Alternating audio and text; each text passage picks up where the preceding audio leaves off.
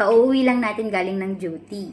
Sobrang haggard natin ngayon, pero let's discuss about diabetes. Kanina, habang nagkakape, naisip ko, what is the biggest change that I did for my diet? Dati, sobrang addicted ko sa 3-in-1 coffee.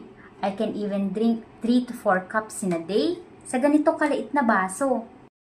But, what made me realize na kailangan ko nang itigil ang pag-inom nito?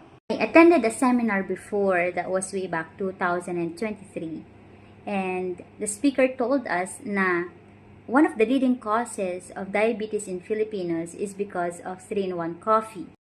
I asked why.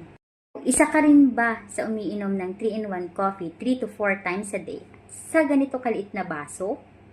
Yung content na sugar or glucose sa isang sachet ng 3-in-1, you will really agree kung bakit sobrang daming Pilipino ang nagkakaroon ng diabetes. Ikaw ba naman, umaga, tanghali, gabi, sometimes merienda pa, ang hilig natin sa kape. So that's one of the biggest changes that I did for my body. I regained my control when it comes to the intake of sugar.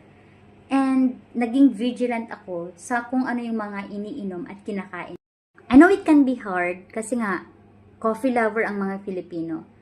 But what I'm saying is that take everything in moderation. So please share this video, lalo na sa mga taong kakilala nyo na sobrang hilig magtimpla sa 3-in-1, especially sa ganito kaliliit na baso.